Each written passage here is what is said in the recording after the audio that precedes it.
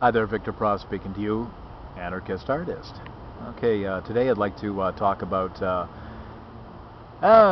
converting others to anarchism, which I consider to be a mistake. Yeah, I'll probably do like a series of videos. I don't think I can compact everything into one video of what I'd like to say on this subject, and I should let you know ahead of time that the title of the video, the folly of converting others to anarchism, is kind of a misnomer because um, I have really, I guess I have a problem with the word conversion. It has such a religious connotation and ring to it.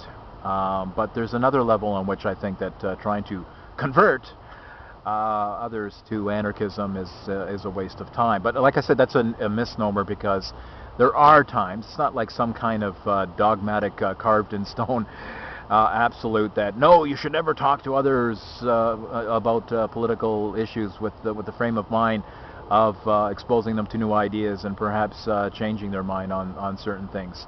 It's fine if you're talking to. I mean, I've talked to people that I've argued with, and they've made their presentations and their arguments. And later on, once having the time to sit down quietly and digest what had been said to me, what I had read, which I previously rejected, I came to accept as true. Wasn't born an anarchist, I didn't come out of the womb little anarchist baby. So yeah, no, it was a long journey. I was a small government minarchist type, and finally I got around to to investigating these ideas, of which I've been ignorant of perhaps too long in my intellectual history, because I have always been the type of person who's been very philosophically inclined, and I've did all the political studies. I've done the studies on ethics and aesthetics, and yeah, sure. But I guess anarchism was probably kind of relatively late in life, I guess, or relatively speaking, late 20s. So, but I have always been the type of person who's been very intellectually inquisitive. I guess that just comes from my nature, that I found myself as a very young man, a teenager in fact, where a lot of things were taken as to be absolutes and things that didn't really make sense to me. But people go around pretending that they're true. They'll speak very solemnly about things. There's just a lot of established customs and beliefs in the culture that we all come to accept as true, just because it's out there in the zeitgeist. It's rammed down your throat at your mother's knee. You find that in the general culture at large, certain things will be reinforced. You find it in church. You find it in the public indoctrination pens called public schooling, and we're all enmeshed and marinated into a lot of bullshit. And a lot of those things I have accepted for the longest time, but they've always with a sense of uneasiness. And I guess I was the type of person where I decided that I'm just not happy accepting things as true, especially when I have a sneaky suspicion that they aren't, and not being appeased with the idea of accepting intellectual hand-me-downs that either you accept through general osmosis or inertia, or for the sake of conformity to get along, to accept certain popular ideas. And that's how a lot of people get their intellectual nourishment. It's kind of like piecemeal and licking the fingers to see which way the cultural winds are. And they're the type of people who think that you're a lunatic because you you accept ideas that aren't popular, and they try to appeal to authority. They try to appeal to how many noses that you can count of how a given amount of people believe a certain amount of idea. If they want to engage into their flat earth enthusiasm, let them. Just let them, right? But I wasn't happy to do that. Now, if you're anything like me,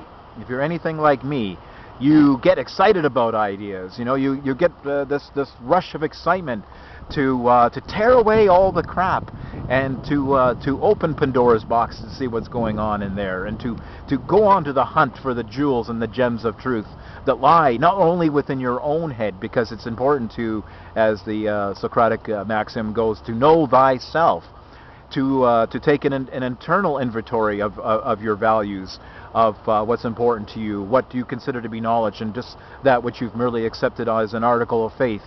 and you want to do this type of honest search because facts, the truth is important to you. Okay, and so you take that powerful probing lens that is your intellect in your eyes. You take that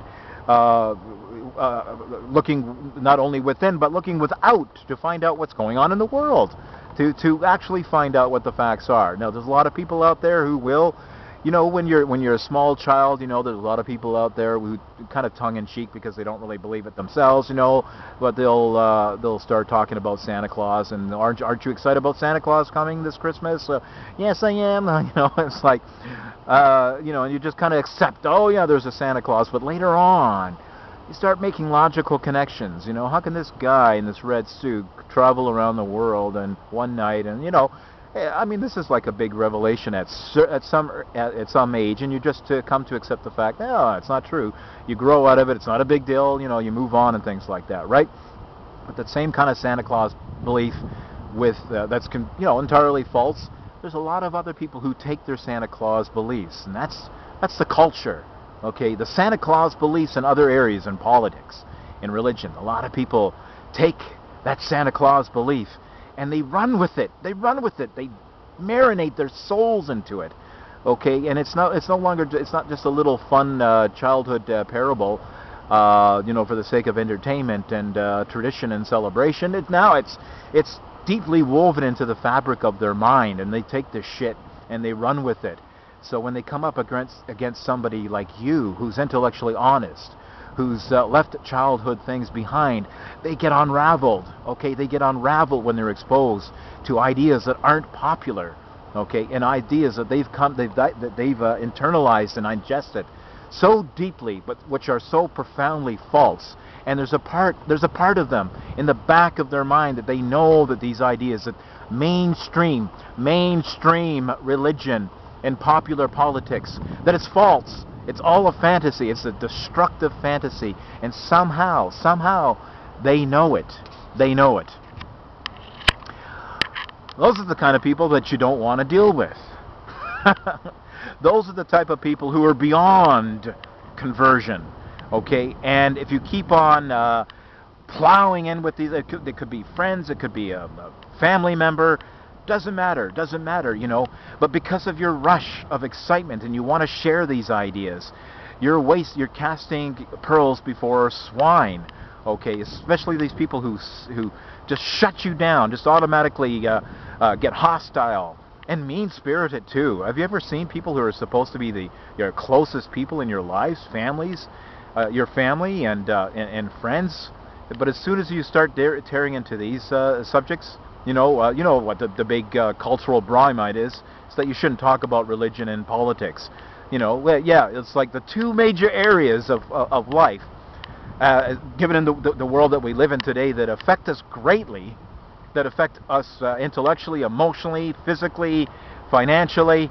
These major topics you shouldn't discuss, and the reason why you shouldn't discuss them is because they're just ultra sensitive subjects with people, not because they're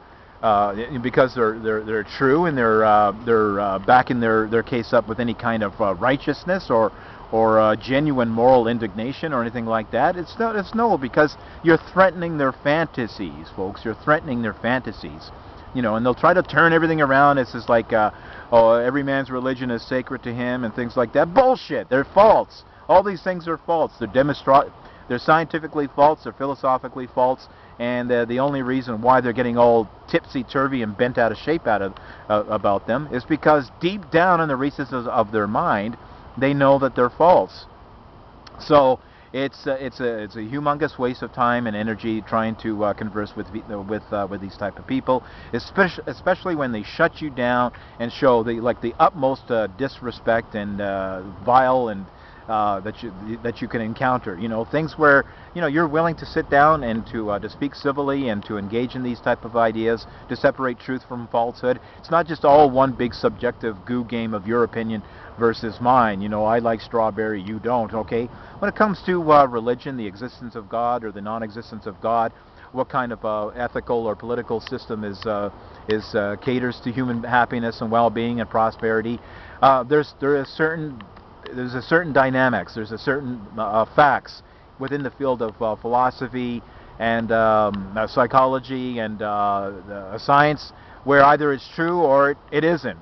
Okay, you know, and the hunt for the genuine love of wisdom, which is the basic definition and purpose of philosophy in its original conception 2,000 years ago, 2,000 years plus ago, is the pursuit of knowledge and facts.